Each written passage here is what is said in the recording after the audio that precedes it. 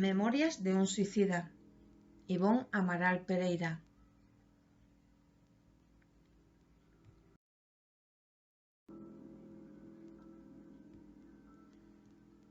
Primera parte. Los réprobos. Capítulo 1. Los réprobos 4.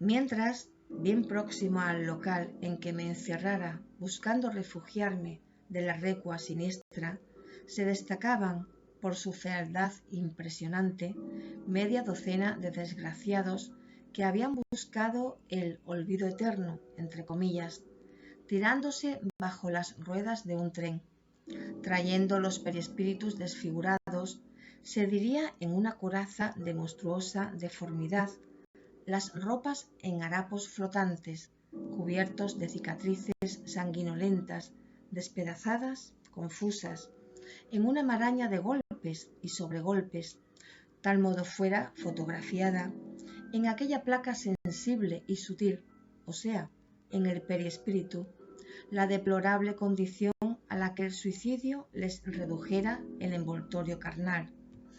Ese templo, oh mi Dios, que el Divino Maestro recomienda como vehículo precioso y eficiente para auxiliarnos en la caminata en busca de las gloriosas conquistas espirituales.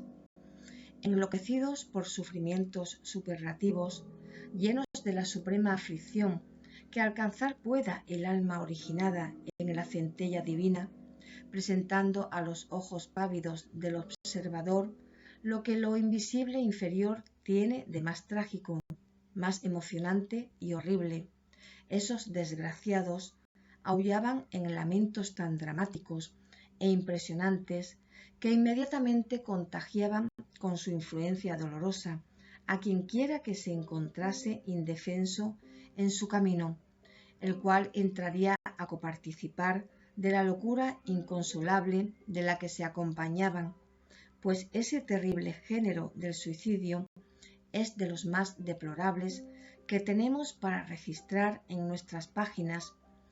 Les conmoviera tan violenta y profundamente a la organización nerviosa y a la sensibilidad general del cuerpo astral, congéneres de aquella que traumatizara a todas, entorpeciendo, gracias a la brutalidad usada, hasta mismo los valores de la inteligencia, que, por eso mismo, yacía incapaz de orientarse, dispersa y confusa en medio del caos que se formara alrededor suyo.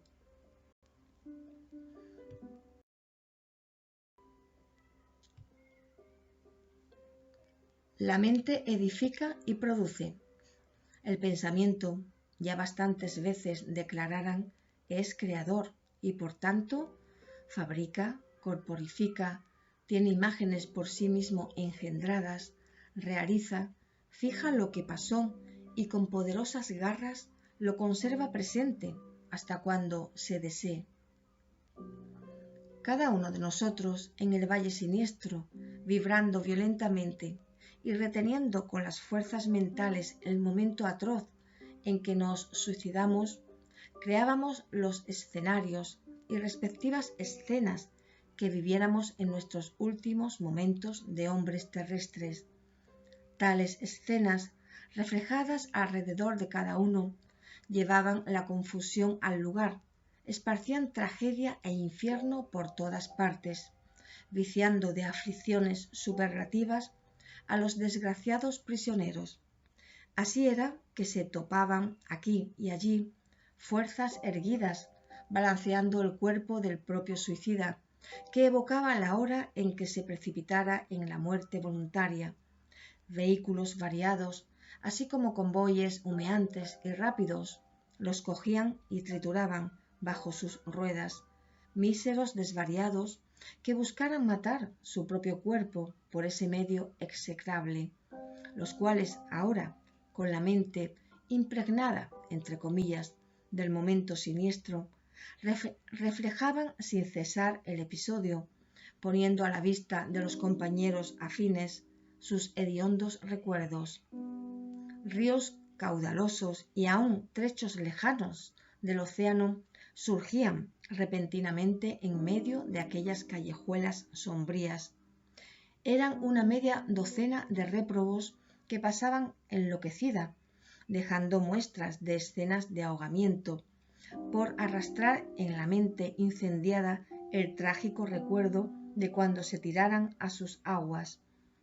Hombres y mujeres transitaban desesperados, unos ensangrentados, otros retorciéndose en el suplicio de los dolores del envenenamiento, y lo que era peor, dejando a la vista el reflejo de las entrañas carnales corroídas por el tóxico ingerido, mientras otros más excitados, gritando por socorro, en correrías insensatas, traían un pánico aún mayor entre los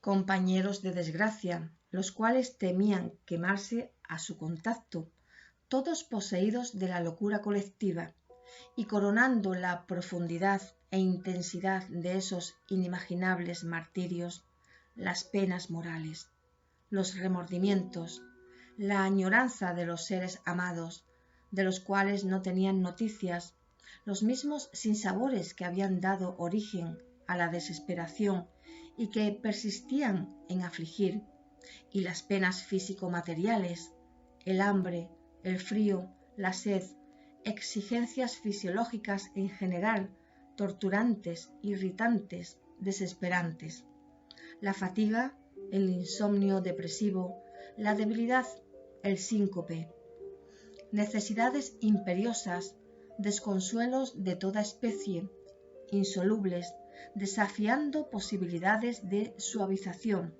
Oh, la visión insidiosa e ineluctable del cadáver pudriéndose, su fetidez asquerosa, la repercusión en la mente excitada de los vermes consumiendo el lodo carnal, haciendo que el desgraciado mártir se supusiese igualmente atacado de la podredumbre. Cosa singular. Esa escoria traía, pendiente de sí, fragmentos del cordón luminoso fosforescente, en cual, despedazado, como violentamente roto, se desprendía en astillas como un cable compacto de hilos eléctricos reventados, desprendiendo fluidos que deberían permanecer organizados para determinado fin. Ora, ese pormenor, aparentemente insignificante, tenía, al contrario, importancia capital, pues era justamente en él que se establecía la desorganización del estado del suicida. Hoy sabemos que ese cordón fluídico magnético que liga el alma al envoltorio carnal y le da la vida, solamente deberá estar en condiciones apropiadas para separarse de éste en ocasión de la muerte natural, lo que entonces se hará naturalmente, sin choques, sin violencia. Con el suicidio, sin embargo, una vez roto y no desligado, rudamente arrancado, despedazado, cuando aún estaba en toda a su pujanza fluídica y magnética, producirá gran parte de los desequilibrios, si no todos los que venimos indicando, ya que, en la constitución vital, para la existencia que debería ser muchas veces larga, la reserva de fuerzas magnéticas aún no se habían extinguido, lo que lleva al suicida a sentirse un muerto vivo, entre comillas, en la más expresiva significación del término. Mas, en la ocasión en que por primera vez lo notáramos,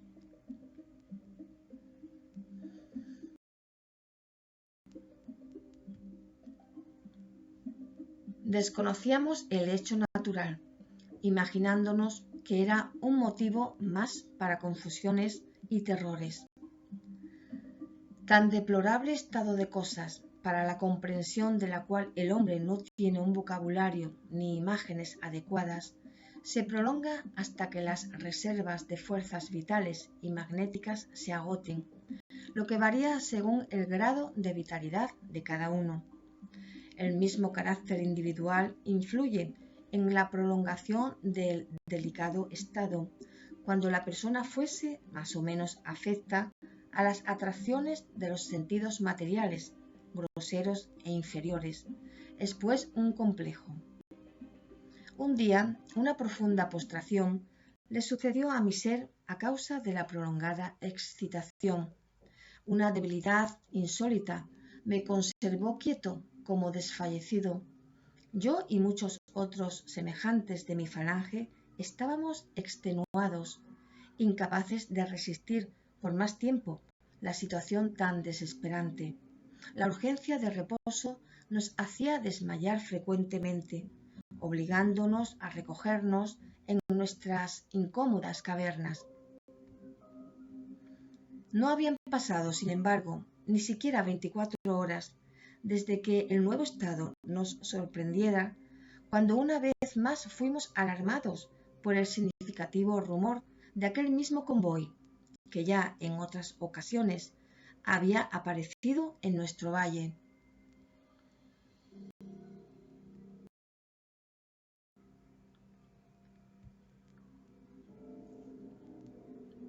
Pie de página 4.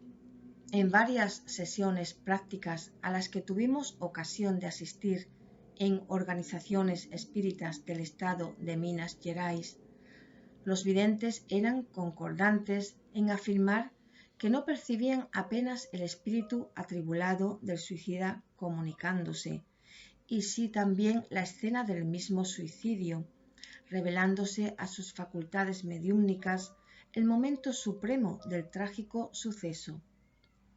Nota de la medium, que se establece que sólo el tiempo, con una extensa cola de sufrimientos, conseguirá corregir.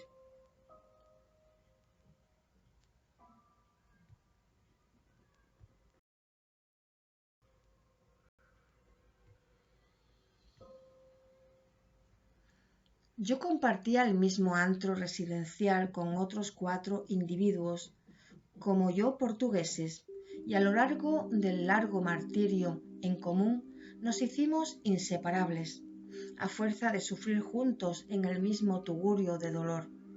Entre todos, sin embargo, uno me irritaba sobremanera, predisponiéndome a la discusión, como la de usar, a pesar de la situación precaria, el inseparable monóculo, el frac bien entallado y el respectivo bastón con mango de oro, conjunto que, para mi concepto neurasténico e impertinente, lo tornaba pedante y antipático, en un lugar donde se vivía torturado con olores fétidos y podredumbre, y en el que nuestra indumentaria se diría empastada de extrañas substancias grasas, reflejos mentales de la podredumbre elaborada alrededor de nuestro envoltorio carnal. Yo, no obstante, me olvidaba de que continuaba usando el abrigo con su hilo de torzal, la capa de los días ceremoniosos, el copioso bigote peinado. Confieso que entonces, a pesar de la larga convivencia, no sabía sus nombres. En el Valle Siniestro, la desgracia es por demás ardiente para que el réprobo se preocupe la identidad ajena. El conocido rumor se aproximaba cada vez más. Salimos de un salto a la calle. Callejas y plazas se llenaran de réprobos como las veces pasadas, al mismo tiempo que los mismos angustiosos gritos de socorro resonaban por las quebradas sombrías, con la intención de despertar la atención de los que venían para el acostumbrado registro, hasta que, dentro de la atmósfera densa y penumbrosa, surgieron los carros blancos, rompiendo las tinieblas con poderosos reflectores.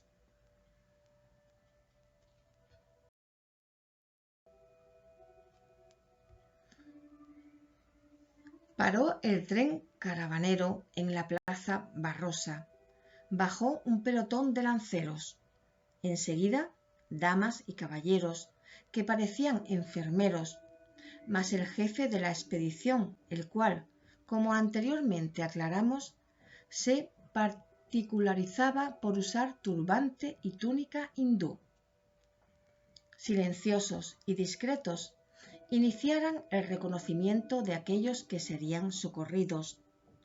La misma voz austera que se diría, como las veces anteriores, vibraba en el aire, hizo pacientemente la llamada de los que deberían ser recogidos, los que al oír sus propios nombres se presentaban por sí mismos. Otros, sin embargo, por no presentarse a tiempo, imponían a los socorristas la necesidad de buscarlos, mas la extraña voz indicaba el lugar exacto en el que estarían los míseros, diciendo simplemente abrigo número tal, calle número tal, o conforme a la circunstancia, demente, inconsciente, no se encuentra en el abrigo, vagando en tal calle, no atenderá por el nombre, reconocible por esta o aquella particularidad. Se diría que alguien de muy lejos apuntaba un poderoso telescopio hasta nuestra desgraciada morada, para así informar detalladamente del momento actual a la expedición laboriosa. Los obreros de la fraternidad consultaban un plano, iban rápidamente al local indicado y traían a los llamados, algunos cargados en sus brazos generosos, otros en camillas.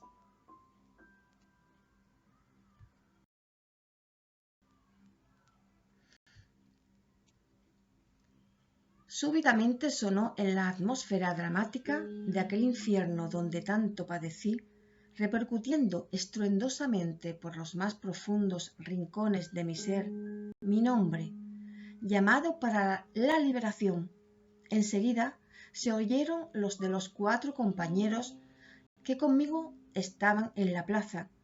Entonces conocí sus nombres y ellos el mío. Dijo la voz lejana, sirviéndose del desconocido y poderoso altoparlante. Abrigo número 36 de la calle número 48. Atención, abrigo número 36. Ingresar al convoy de socorro. Atención, Camilo Cándido Botelho, Belarmino de Queiroz e Souza, Jerónimo de Araujo Silveira, João de Acevedo, Mario Sobral, ingresar al convoy. Fue entre lágrimas de emoción indefinible que subí los pequeños escalones de la plataforma que un enfermero indicaba, atento y paciente, mientras los policías cerraban el cerco alrededor mío y de mis 4 compañeros, evitando que los desgraciados que aún quedaban subiesen con nosotros o nos arrastrasen en su torbellino, creando una confusión y retardando por eso mismo el regreso de la expedición. Entré. Eran vagones amplios, cómodos, confortables, cuyas poltronas individuales, como que acolchadas con armiño blanco, presentaban el respaldo vuelto hacia los respiradores, que parecían las ventanillas de las modernas aeronaves terrenas. Al centro, 4 poltronas idénticas, donde se acomodaran enfermeros, todo indicando que permanecían allí a fin de cuidarnos. En las puertas de entrada se leía la leyenda entrevista antes, en el estandarte empuñado por el comandante del pelotón de guardias.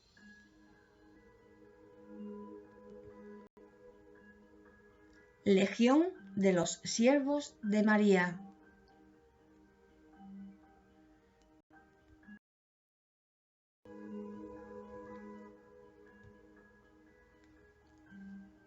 Nota de pie de página 4b. Perdóneme el lector por no transcribir todos los nombres de estos personajes tal como fueran revelados por el autor de estas páginas. Nota del Medium.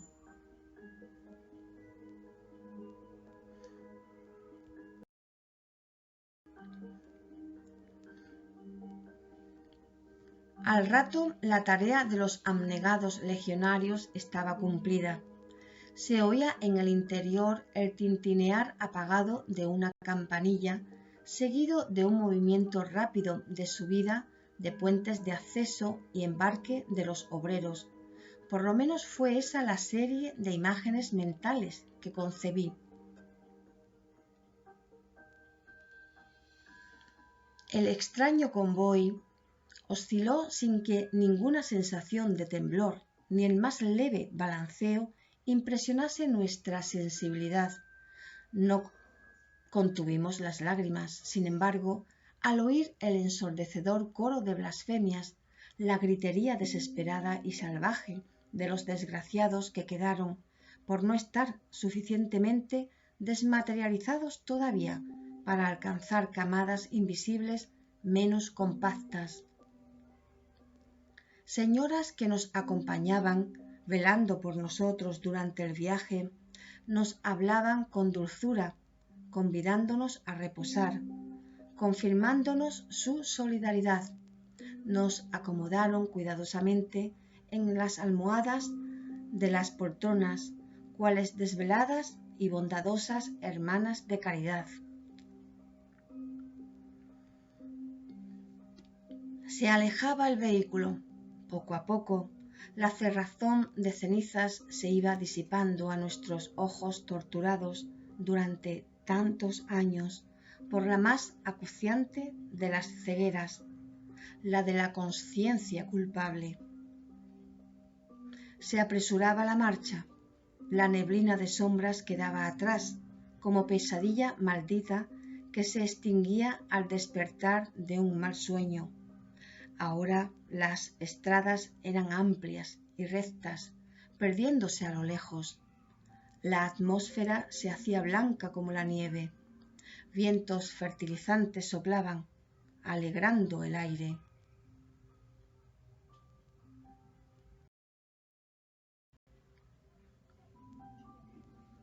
Dios misericordioso, habíamos dejado el valle siniestro. Allá quedó él, perdido en las tinieblas de lo abominable. Quedó allá, incrustado en los abismos invisibles creados por el pecado de los hombres, fustigando el alma de aquel que se olvidó de su Dios y Creador. Conmovido y pávido, pude, entonces, elevar el pensamiento a la fuente inmortal del bien eterno, para humildemente agradecer la gran merced que recibía.